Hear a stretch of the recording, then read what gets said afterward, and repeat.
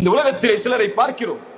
என்னுடைய தந்தை எனக்கு நலவு செய்யவில்லை, என் தந்தை எனக்கு எதிராக இருக்கிறார்கள், என்னுடைய நேசத்திற்கு, என்னுடைய முறைக்கு, என் தேர்ந்தெடுப்பிற்கு அவர்கள் மாற்றமாக நடக்கிறார்கள்.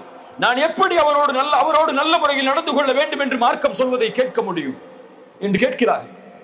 அவர்களுக்கு ஒன்றை சொல்லுகிறேன், உங்களுடைய தந்தை உங்களுக்கு செல்வத்தை கொடுக்கவில்லை என்றாலும், உங்களுடைய தந்தை உங்களுக்கு கல்வியை கொடுக்கவில்லை என்றாலும், உங்களை மிகப்பெரிய அரண்மனையில் வாழ வைக்கவில்லை என்றாலும், மிகப்பெரிய வசதிகளுக்கு உங்களுடைய தந்தை உங்களை உட்படுத்தவில்லை என்றாலும், உங்களுடைய தந்தைக்கு நீங்கள் நன்றி செலுத்துவதுடைய காரணத்தை தேட வேண்டும் என்றால், அவர்கள் மூலமாக லா இலாஹ இல்லல்லாஹ் என்ற ஷஹாதத்தை மொழிவதற்கு அல்லாஹ் உங்களுக்கு அருள் செய்ததற்கு இந்த உலகம் முழுக்க நீங்கள் சுஜூதில் கிடந்தாலும் ஈடாகாது.